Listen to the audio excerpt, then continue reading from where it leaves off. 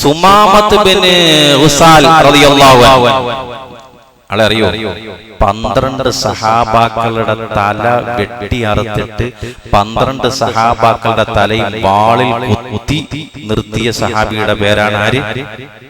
സുമാമ റളിയല്ലാഹു അൻഹു. പറഞ്ഞോ. നമുക്കിപ്പോ അബൂബക്കർ അറിയാം, ഉമർ അറിയാം, ഉസ്മാൻ റളിയല്ലാഹു അൻഹു. സുമാമ റളിയല്ലാഹു അൻഹു മാത്രമല്ല, എന്റെ ഈ മുഹമ്മദിന്റെ തല കൊയ്തു കഴിഞ്ഞാൽ 100 ഒട്ടകം ഞാൻ സമ്മാനമായി നൽകുമെന്ന് ഇനാം പ്രഖ്യാപിച്ച മനുഷ്യനാണ് സുമാമ.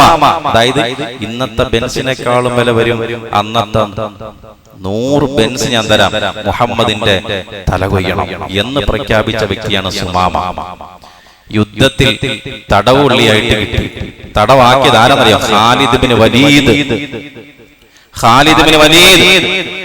ഖാലിദ് റളിയല്ലാഹു തആല അൻഹു നയിക്കുന്ന ഒരു യുദ്ധവും പരാജയപ്പെടൂല. എന്തുകൊണ്ട്? ചരിത്രം പഠിക്കണം. എന്തുകൊണ്ടറിയോ?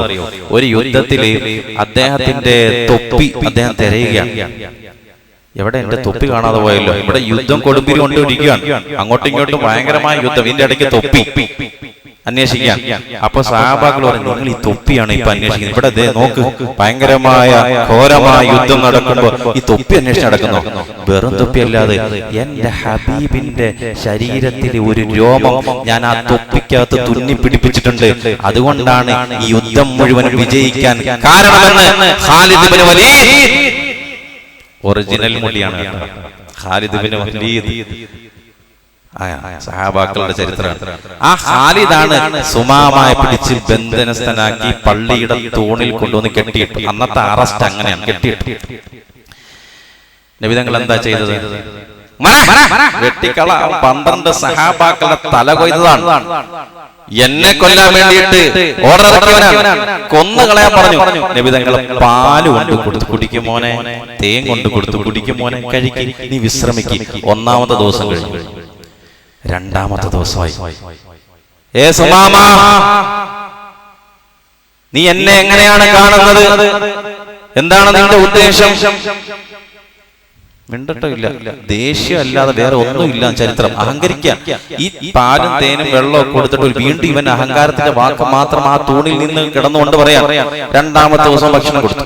3ാമത്തെ ദിവസം പറഞ്ഞപ്പോൾ അഹങ്കാരത്തിന്റെ വാക്ക്, നീ ധൈര്യം എന്നെ കൊല്ല്, നീ കൊന്നുകള എന്ന് പറഞ്ഞപ്പോ സഹാബാക്കൾ, കൊല്ലാൻ തുനിഞ്ഞ സഹാബാക്കളുടെ കൈക്ക് പിടിച്ചിട്ട് അള്ളാന്റെ റസൂൽ പറഞ്ഞു, ആ സുമാമയെ നിങ്ങൾ വിട്ടയക്കുക, കെട്ടഴിക്കുക, വിട്ടുകളയുക. ആ തൂണിൽ നിന്ന് കെട്ടഴിച്ച് പുറത്തേക്ക് ഇറങ്ങേണ്ട താമസം ഹിദായത്ത് അല്ലാഹു കൊടുത്തു. അഷ്ഹദു അല്ലാ ഇലാഹ ഇല്ലല്ലാഹ് വ അഷ്ഹദു അന്ന മുഹമ്മദർ റസൂലുള്ളാഹ്. പുന്നാര ഹബീബിന്റെ ഉദാത്തമായ സ്വഭാവത്തിന്റെ ഉത്തമ ഗുണം കണ്ടുകൊണ്ട് ആ മനുഷ്യൻ ഇസ്ലാമിലേക്ക് വരികയാണ്. ബദർ യുദ്ധം 2 ചരിത്രം പറഞ്ഞുതരാം. ഉമൈർ ബിൻ വഹബ് റളിയല്ലാഹു അൻഹു അന്ന് മുസ്ലിം അല്ല. ബദർ യുദ്ധം കഴിഞ്ഞിട്ട് അതിൽ നിന്ന് തടവുള്ളിയാകാതെ രക്ഷപ്പെട്ടിട്ട് തിരിച്ച് മക്കയിൽ വന്നു. ഉമൈർ ബിൻ വഹബ് റളിയല്ലാഹു അൻഹു മക്കയിൽ വന്നിട്ട് തന്റെ ഏറ്റവും അടുത്ത കൂട്ടുകാരനായ, ഇതൊക്കെ നമ്മുടെ ജീവിതത്തിൽ വേണോന്ന് പറയാൻ വേണ്ടിയിട്ടാണ് ഞാൻ ഈ ചരിത്രം പറയുന്നത് കേട്ടോ. ചരിത്രം പറയാനുള്ള സമയമൊന്നും അല്ല, നീണ്ട ചരിത്രം, പെട്ടെന്ന് 2 മിനിറ്റ് കൊണ്ട് പറയാം. തന്റെ ഏറ്റവും അടുത്ത കൂട്ടുകാരനായ സഫ്വാൻ ബിൻ ഉമയ്യ കണ്ടുമുട്ടി. കഅബയുടെ അടുത്ത് വെച്ച ആ കഅബയുടെ അടുത്ത് വെച്ച് കണ്ടുമുട്ടിയപ്പോ ഉമൈർ പറഞ്ഞു, അല്ലയോ സഫ്വാനെ, ചില്ലറ കടവും അതേപോലെ തന്നെ വീട്ടിലെ ഭാര്യയ്ക്കും മക്കൾക്കും ചെലവ് കൊടുക്കാൻ എന്തെങ്കിലും വകയുണ്ടായിരുന്നെങ്കിൽ ഞാൻ മുഹമ്മദിന്റെ തല കൊയ്യാൻ മദീനയിലേക്ക് പോകുമായിരുന്നു എന്ന് സഫ്വാനോട് ഉമൈർ പറയാം. കുറച്ച് കടം എനിക്കുണ്ട്, ഭാര്യയ്ക്കും മക്കളും പട്ടിണിയാവും, പൈസ ഒന്നും ഇല്ല, അതുകൊണ്ടാണ് ഞാൻ പോകാതില്ല, ഞാൻ പോയേനെന്ന് പറഞ്ഞു. ഇത് കേട്ട മാത്രമല്ല, സഫ്വാൻ ബിൻ ഉമയ്യ റളിയല്ലാഹു അൻഹു പിന്നീടായി അദ്ദേഹം പറഞ്ഞു, നീ പേടിക്കണ്ട, എനിക്കില്ല ഇഷ്ടം പോലെ സമ്പത്ത് കിടക്കുന്നേ, നീ പോ, ഞാൻ നിന്റെ കടം തീർത്തു തരാം, നിന്റെ ഭാര്യയ്ക്കും മക്കൾക്കും ഞാൻ കാലാകാലം ചെലവിന് കൊടുത്തോളാം, നീ പൊയ്ക്കോളാം. പോയി. എങ്ങനെയാ പോയെന്നറിയോ? വിഷം പുരട്ടിയ വാളുമായിട്ട്, രണ്ടും രണ്ടാണ്. വിഷം പുരട്ടിയ വാളിനെ തന്നെ സഹാബാക്കൾക്ക് തിരിച്ചറിയും. അത് പുരട്ടിയിട്ട് നേരെ പോയി ചീറിപ്പാഞ്ഞ് മദീനയിലേക്ക് പോയി. മദീനയിലേക്ക് വിദൂരത്ത് നിന്ന് ഉമൈർ വരുന്ന കാഴ്ച ആദ്യമായി കണ്ടത് ബഹുമാനപ്പെട്ട സയ്യിദുനാ ഉമറുൽ ഫാറൂഖ് എന്താ പണി? സഹാബാക്കൾ ഉമർ റളിയല്ലാഹു തആല അൻഹു പള്ളിക്കകത്തിരുന്നു കൊണ്ട് ഈ ബദർ യുദ്ധത്തിൽ അള്ളാഹു നമുക്ക് ചെയ്ത ആനുകൂല്യങ്ങളും അള്ളാഹു നമുക്ക് ചെയ്ത കരുണയെക്കുറിച്ച് ഇങ്ങനെ അവലോകനം നടത്തിക്കൊണ്ടിരിക്കുമ്പോഴാണ് ഉമൈർ വരുന്നത്. ചാടി ഇറങ്ങി ബഹുമാനപ്പെട്ട ഉമറുൽ ഫാറൂഖ് റളിയല്ലാഹു അൻഹു. എന്നിട്ട് മുത്തുനബിയുടെ വീടിന്റെ വാതിലിൽ പോയി രണ്ട് കൈ ഇങ്ങനെ വെച്ചൊരൊറ്റ നിപ്പ് നിന്നു. ആരാ നിൽക്കുന്നത്? ആരാ ആരാ നിന്നത്? ഉമറുൽ ഫാറൂഖ് റളിയല്ലാഹു അൻഹു നിൽക്കുകയാണ്. നബി തങ്ങൾ പറഞ്ഞു, എന്താണ് ഉമറേ അത്? ഉമൈർ വരുന്നു. ഉമറും ഉമൈറും രണ്ട് വ്യത്യാസമാണ് കേട്ടോ.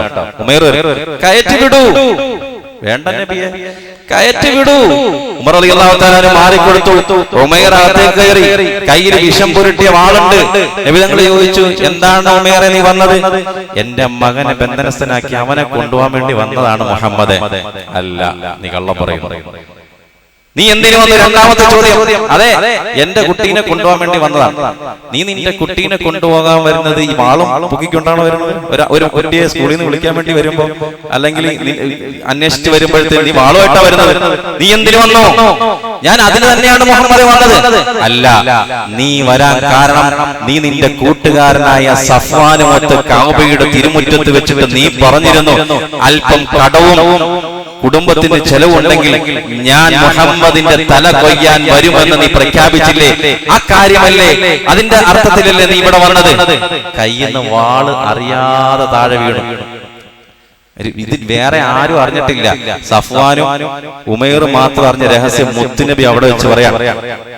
ശറഹു സദർ, നബി തങ്ങളുടെ വിശാലമായ മനസ്സാണ് അദ്ദേഹത്തെ കയറ്റിവിട്ടത്. അപ്പൊ ചൊല്ലി, അശ്ഹദു അല്ലാ ഇലാഹ ഇല്ലല്ലാഹ് വഅശ്ഹദു അന്ന മുഹമ്മദർ റസൂലുള്ളാഹ്. ഹദീസിൽ കാണാം, അല്ലാഹുവിന്റെ റസൂൽ സഹാബാക്കളോട് പറഞ്ഞു, അദ്ദേഹത്തിന് ഇൽമു പഠിപ്പിച്ചു കൊടുക്കണം, ഖുർആൻ പരിചയപ്പെടുത്തി കൊടുക്കണം. അവിടെ കൊണ്ട് തീർന്നില്ല ചരിത്രം. നാളുകളായി അവസാന നബി തങ്ങളുടെ അടുക്കലേക്ക് ഉമൈർ വന്നിട്ട് ചോദിക്കുന്നു, യാ റസൂലല്ലാഹ്, ഞാൻ എന്റെ കുടുംബക്കാരെയും എന്റെ കൂട്ടുകാരനെയും പോയി ഒന്ന് ഉപദേശിക്കണ്ടയോ? പൊയ്ക്കോളാൻ പറഞ്ഞു. അങ്ങനെ സഫ്വാൻ ഇങ്ങനെ 6 വർഷമായിട്ട് കാത്തിരിക്കുകയാണ്. സഫ്വാൻ വരും പ്രതീക്ഷിച്ചിട്ട്. വരുന്നവരോട് ചോദിക്കും, ഉമൈറിനെ നിങ്ങൾ കണ്ടോ എന്ന് ചോദിക്കും. സഫ്വാൻ ഇങ്ങനെ വന്ന ഉമൈറിനെ കണ്ടപ്പോ സഫ്വാൻ ചോദിച്ചു, എന്തായി? ഞാൻ ഇസ്ലാമിലേക്ക് കടന്നുപോയി, മോനെ നീയും കടന്നു വരണം. നിന്നെ അള്ളാഹ് നശിപ്പിക്കട്ടെ എന്ന് പ്രാഗി കൊന്നിട്ട് സഫ്വാൻ അവിടെ നിന്ന് പോയി. 6 വർഷത്തിന് ശേഷം അല്ലാഹുവിന്റെ റസൂൽ മക്കം ഫതഹ് വിജയിച്ചുകൊണ്ട് നേരെ ഈ മക്കയിലേക്ക് കടന്നു വരികയാണ്. റസൂലുള്ളാഹി സഹാബാക്കളും വരുന്നത് കണ്ടപ്പോൾ, കാരണം ഒരുപാട് സഹാബാക്കളെ ആക്രമിച്ചവനാണ് ഈ സഫ്വാൻ. കണ്ടപ്പോ സഫ്വാൻ അവിടെ നിന്ന് മുങ്ങി. റസൂലുള്ളാഹിയോട് ചോദിച്ചു, നബിയെ, എന്റെ കൂട്ടുകാരനെ സഫ്വാനെ ഞാനൊന്ന് ക്ഷണിച്ചോട്ടെ, പുറത്തു കൊടുക്കുവോ? സഫ്വാന് ഞാൻ മാപ്പ് ചെയ്യുന്നു. അങ്ങനെ സഫ്വാനെ അന്വേഷിച്ചു പോയപ്പോ സഫ്വാൻ സമുദ്രത്തിലേക്ക് ഇറങ്ങി ചാടാൻ വേണ്ടിയിട്ട് കാലങ്ങനെ വെച്ചിരിക്കുകയാണ്. ചാടാൻ വേണ്ടി പോയപ്പോ ഉമൈർ വിളിച്ചിട്ട് പറഞ്ഞു, നീ ആത്മഹത്യ ചെയ്യരുതേ, മുഹമ്മദ് നബി നിന്നോട് ക്ഷമിച്ചിരിക്കുന്നു. സഫ്വാൻ പറഞ്ഞു, പറ്റൂല, അതിന് എന്താണ് തെളിവ്? അങ്ങനെ തിരിച്ചുപോയി ഉമൈർ പോയിട്ട് റസൂലുള്ളാഹി സ്വല്ലല്ലാഹു അലൈഹി വസല്ലം തങ്ങളുടെ അടുക്കലേക്ക് പോയിട്ട് പറഞ്ഞു, നബിയെ, അദ്ദേഹം നിങ്ങൾ മാപ്പ് ചെയ്തു എന്നൊരു അടയാളം വേണം, അടയാളം കാണാതെ അയാൾ വരൂല. ഉടനെ അല്ലാഹുവിന്റെ റസൂൽ മേൽമുണ്ടെടുത്ത് ഷാൾ എടുത്തു കൊടുത്തിട്ട് പറഞ്ഞു, കൊണ്ടുപോയി കാണിക്കാൻ പറഞ്ഞു. അത് കൊണ്ടുപോയി കാണിച്ചപ്പോ സഫ്വാൻ തിരിച്ചു വന്നിട്ട് റസൂലുള്ളാഹിയുടെ മുമ്പിൽ വിതുമ്പിക്കരഞ്ഞുകൊണ്ട് ഷഹാദത്ത് കലിമ ചൊല്ലിയെങ്കിൽ സ്വഭാവത്തിന്റെ ഗുണമാണ്.